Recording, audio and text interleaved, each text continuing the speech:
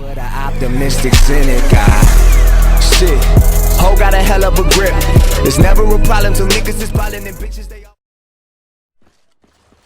Hey, what's going on YouTube? It's your boy Motive here, and I thought I'd, kind of put a clip together using drop shotting every now and then.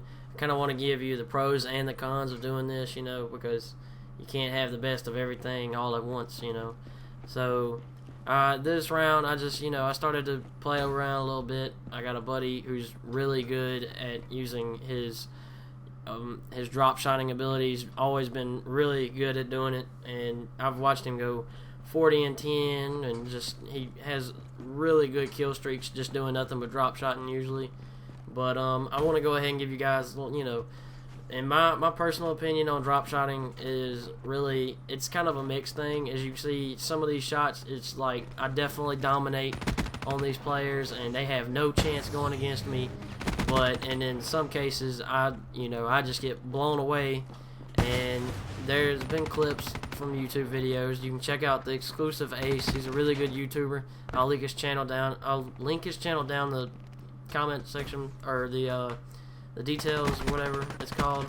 And he does a really good explanation on it. And really, I'll let him. You go to his channel and check out his video on how good he is at. How he shows a really good in-depth video on how drop shotting works and everything. I'll link his video in the description, that specific one, for you guys if you want to go and watch that. Really, as you see, I think I run around this corner right here and I just get blown away by, trying to drop shot. No, I'm a little bit further behind. It's coming, and then I just missed that dude. Dirt. Couldn't do anything about it.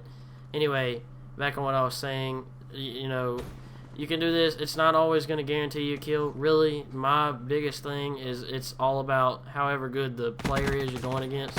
If they're a really good player, you have no chance really at doing this, because if they're really experienced, they know what they're doing, they know what to look for. They know that if you're going to drop shot, they know to go ahead and lay down, or just go ahead and start aiming down and everything. They know how to be prepared for them drop shots. And as you see, I got a double kill right there. Them guys wasn't expecting that. I dropped down, got a double kill, and I think I died right after. So I ended up going 30 and 18 in this video. So it wasn't, as good as some clips I get every now and then, but it was pretty decent. So I just wanted to show you guys that. But in order to do a drop shot, if you didn't already know, you want to go ahead and go to your settings, and then you want to go to your button layout, I believe, and select tactical layout instead of regular. And what this does is it changes your melee from using the right analog stick, R3 or RS, whichever console you play on. Xbox would be RS, and then PlayStation's R3. Anyway, the right stick, you push it down and you hold it, and you can lay down while shooting, and it helps with drop shotting. And a reason some people, a lot of people use it like that, because when you're drop shotting, if you still got your finger on the analog stick, you're never going to really move anything. Your aim's going to be more accurate and more precise. You're less likely to miss your shots. And it really, to me, I've used tactical since maybe the Black Ops 2 days. And when I do try to drop shot, I usually do fairly well with it. If I'm not drop shotting all the time, it's never, I do not do as well. But anyway, I'm going to go ahead and I'm going to show you guys the class setup. And in this, at the beginning, you see the Dingo, and I'll get into that towards the end of the video. But the Dingo was a pretty good gun and everything. But anyway, back to the class. You're going to want to run a Kuda with fast mags, rapid fire, or whichever second attachment you'd want. I tend to go at rapid fire to get that rate of, that fire rate up. That way I'm not, struggling to win gunfights with people with like maybe the HVK or even, the Vesper. That's getting to be a more popular gun. And the VMP, a lot of people use the VMP. I can't stand the VMP, but it's your own decision. And then you want to run, you can either choose to get rid of the secondary gun, but I always use the XM53 rocket launcher or the Black Cell. I haven't unlocked the Black Cell just yet, so I'm using the XM53. And then you can run a frag, concussion, well, 2 concussions, and flak jacket in case anybody's throwing a bomb in your way and you're running in a building. Say you're playing domination or hard point specifically, and they're throwing bombs in there, you're less likely to do it. I mean, less likely to die and everything.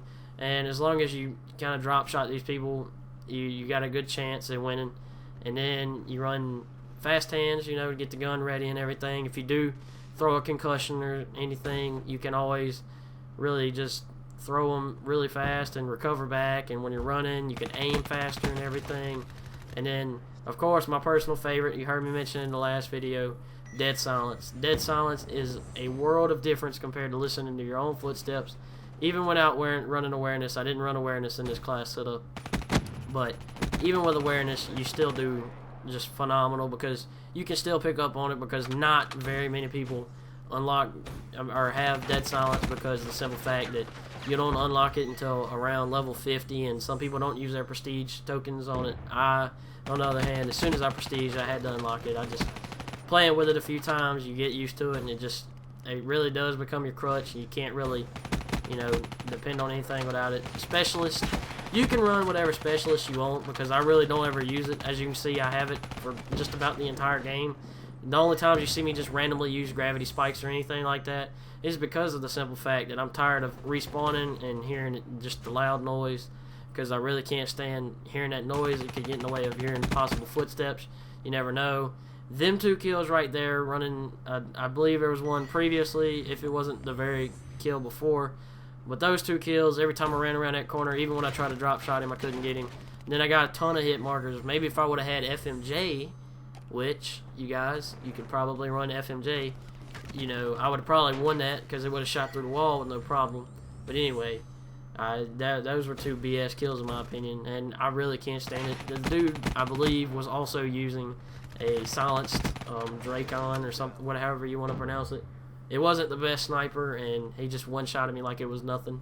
So, really, I was disappointed in that. I got a little aggravated. I think I kind of cursed at the screen a little bit just during that time playing last night. And also, your sensitivity, if I didn't mention it before, you want to bring it up to 8 instead of 5. I recommend, if you're trying to go for the headshots and everything like that, stick with 5, but don't stick with it if you're, you know, just trying to drop shot and things, because really, if you're going for drop shots, you're not worried about hitting their head anyway.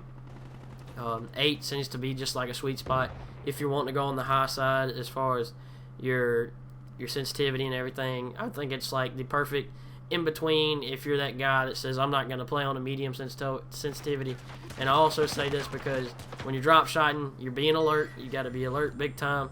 You're drop shotting, you're trying to run around corners, you're trying to do everything you can to rush people, pretty much, because that's pretty much your goal, is to rush people when you're playing this. And that's why you see I'm playing team deathmatch in this gameplay also.